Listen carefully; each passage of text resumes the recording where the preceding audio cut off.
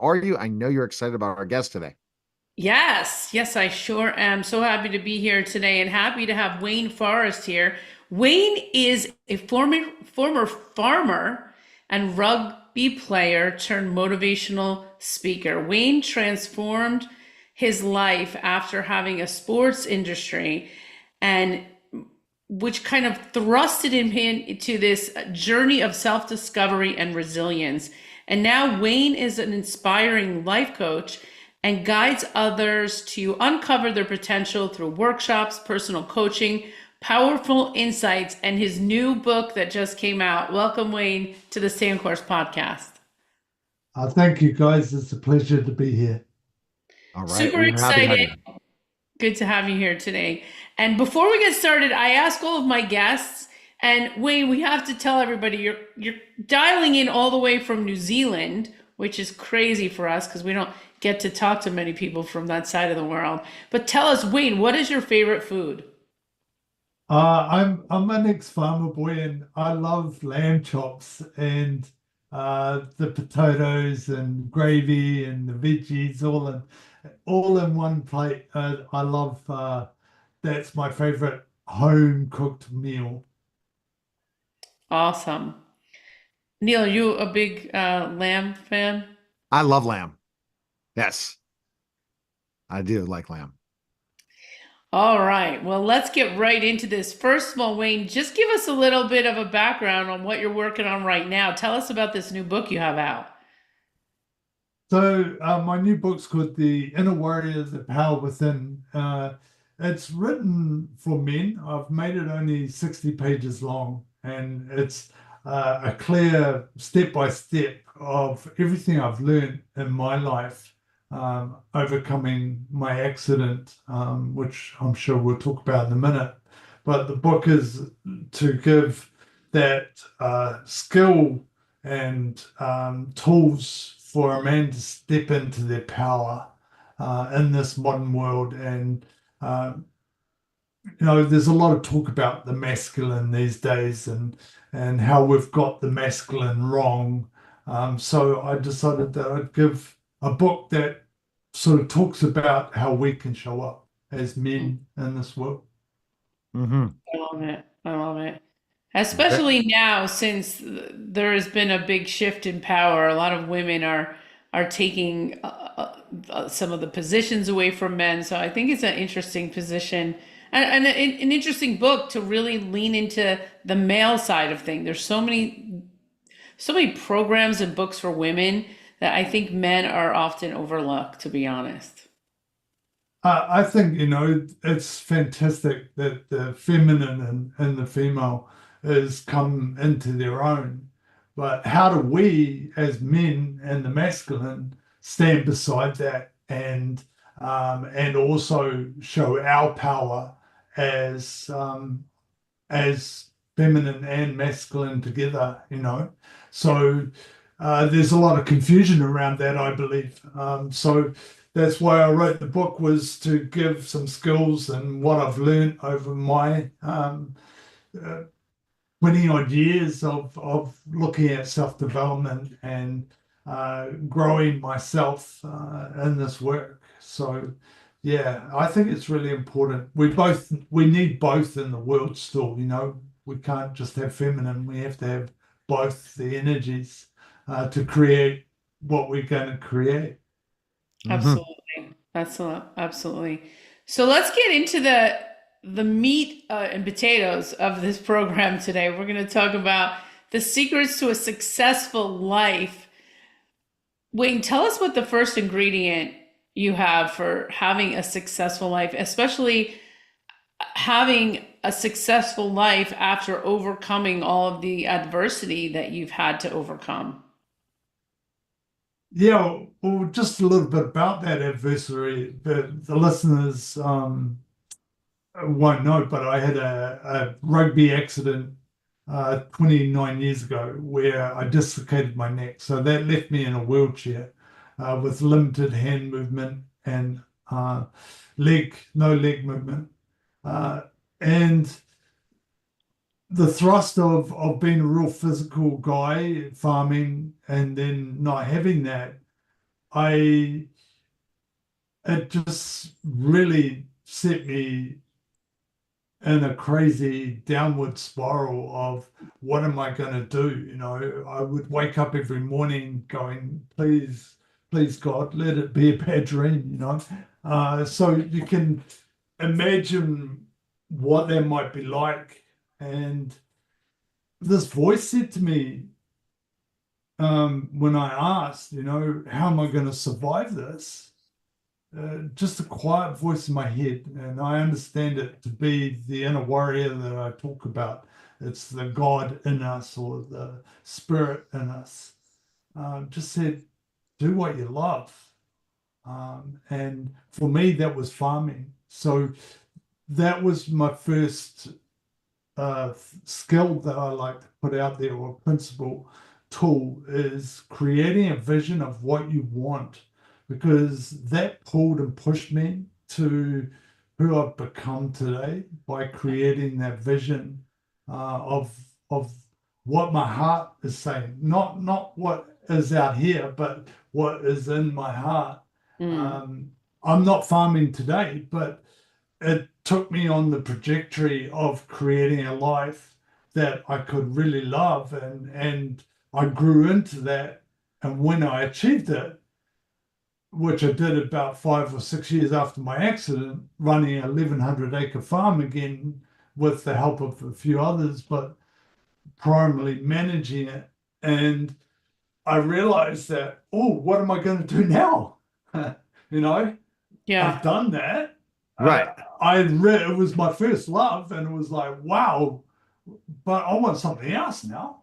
And so I created another vision, and that was doing extreme outdoor activities with a charity that was starting up. And so I then went into self-development, and that was because I created a vision of what I wanted to create for myself. I love Yeah, that. no, So so and it's very interesting. We have certain situations happen in our lives that make us change and make a shift. And that shift at first doesn't feel great. Yours, but then afterwards, after you own it, it becomes your dream, your purpose, your vision. Everything that happened for a reason. Do you agree with me? oh, totally, mate. I quite often talk about it. If I had injured myself even a touch lower, and I got more movement than I have, I would have made farming work somehow. You know, I would have been probably still farming and half broken down, but because it was I loved it so much, Right. and because I was highly injured and had the limitations I did, it made me look at other things to do. And that has brought me to a dyslexic young man who struggled at school, writing a book, coaching, speaking, Yep. doing all these things that I wouldn't have done. Yeah. Right. So you did right, Neil. It's It's crazy. It's like it is crazy. you're cornered in a decision, and you have to make it very quickly, or your life's going to turn upside down a way you don't want to turn it up.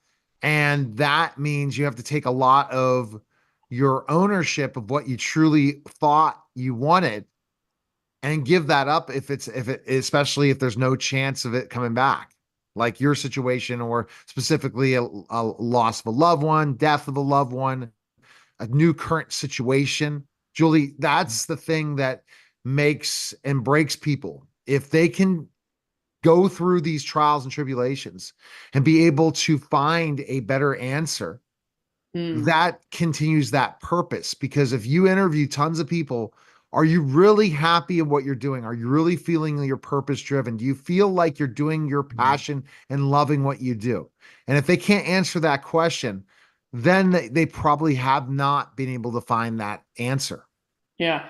You know, and there's a lot of different schools of thoughts on this about should you pursue your passion? Some people think it's like bogus to do that. But you said something, Wayne, that I'm still thinking about, and it was like creating the life you love.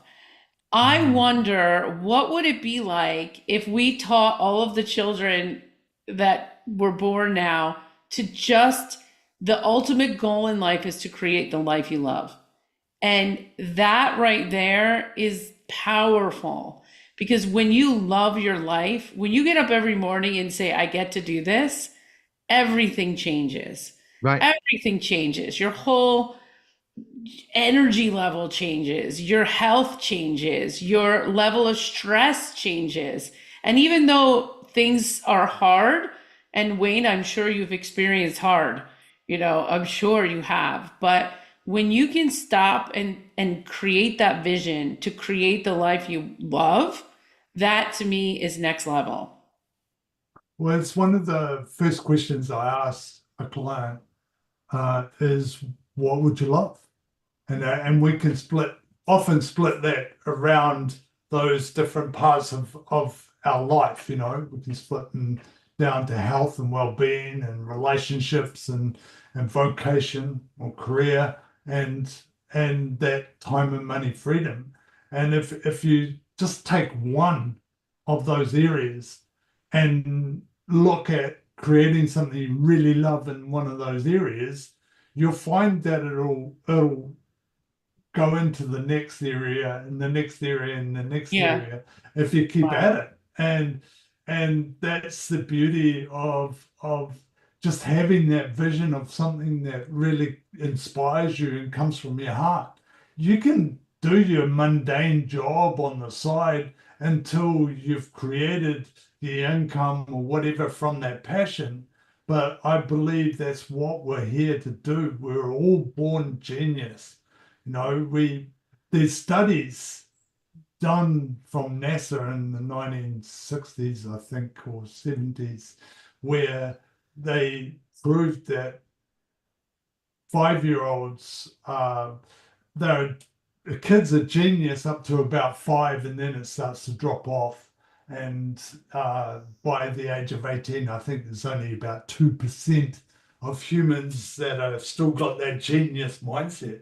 Yeah. And it's because they are open and exploring and learning and making mistakes, but aren't scared of that failure. And Oh, yeah. of course, Yeah. that's Wow. my third step is that courage to step into that failure and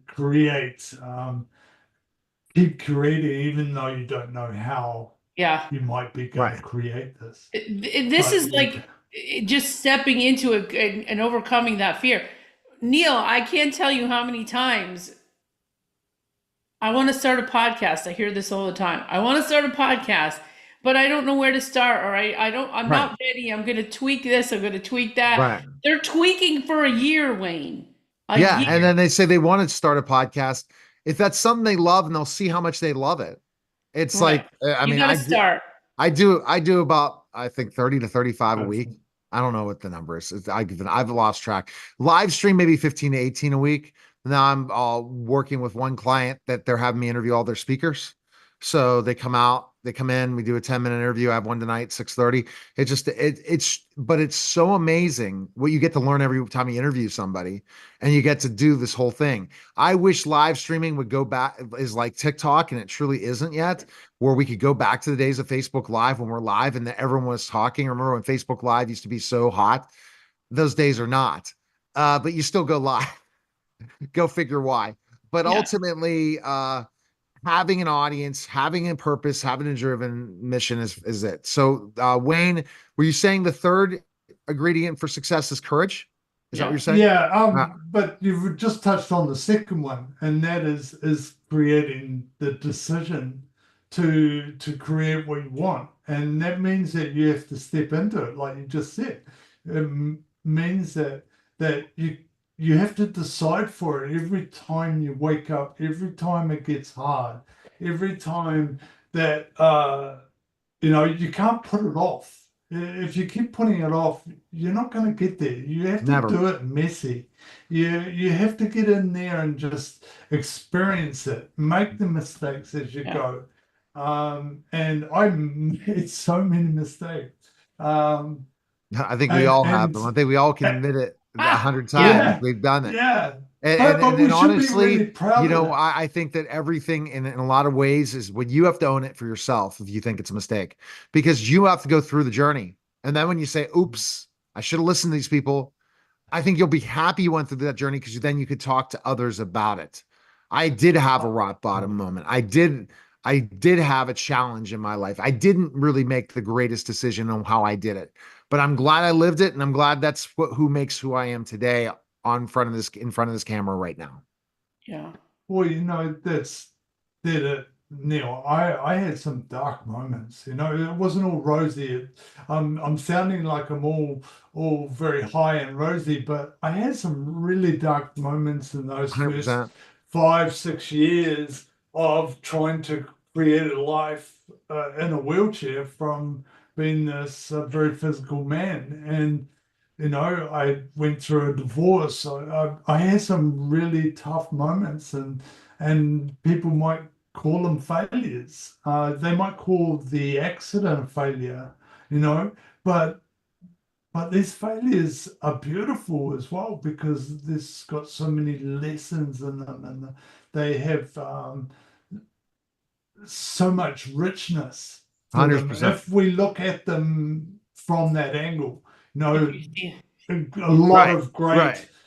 great Right. educators in this area would say life is for you, right? Those mistakes are for you. Yeah, you got to The own them, and you own them and move on. And Yeah, yeah. that's the big thing. And that's where I look at it. Okay, right now, getting close to ending 2024. I think November we'll start talking about it. We're ending 2024, going on to 2025. What did you learn in 2024?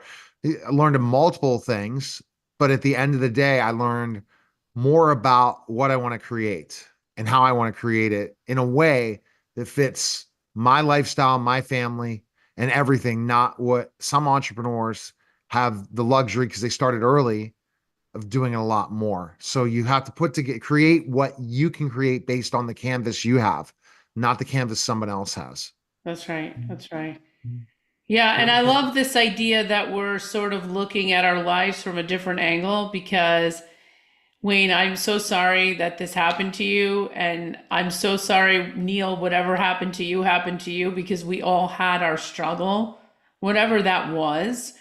Most of us have struggled in some way, maybe not to the extent, Wayne, that you have, but I've had my own battles. Neil has had his own battles. Every person out here listening has had a battle, and it's the same resilient message. It's the have the vision, do something you love. It's the do it even though you're scared. Do it scared and do it messy. That's the message of today, Wayne. Do it scared, do it messy, do what you love. I'm leaving with a lot of gems from today. Wayne, tell us where we can find out more about you and what you're working on right now. Oh, I've got a lovely website, wayneforrest.com.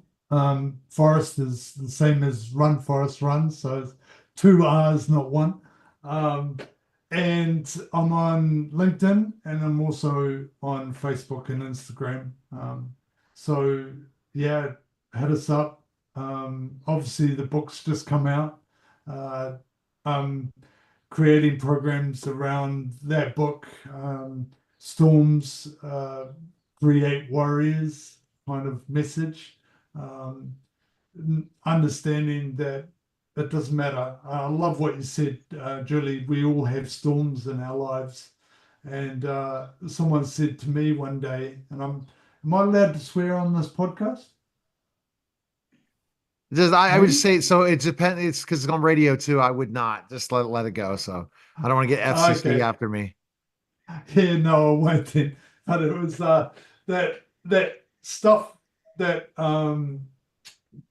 we could say feces smells something, right? Yeah. The SHIT. Yeah. Well, yeah, it doesn't matter how big it is or how large it is, it still smells the same. Yeah. Exactly. Same. And so it doesn't matter what sort of storm you have, it's perfect. It's a storm for you. Absolutely. And so mine's no bigger than yours, Julie. It's just different. That's all. And that's what Okay. I was trying to get at. All right. And Okay. yeah. Fantastic. Thank you, Julie. Thank you, Wayne. That was the special simulcast of the Neil Haley Show and the Stay On Course podcast.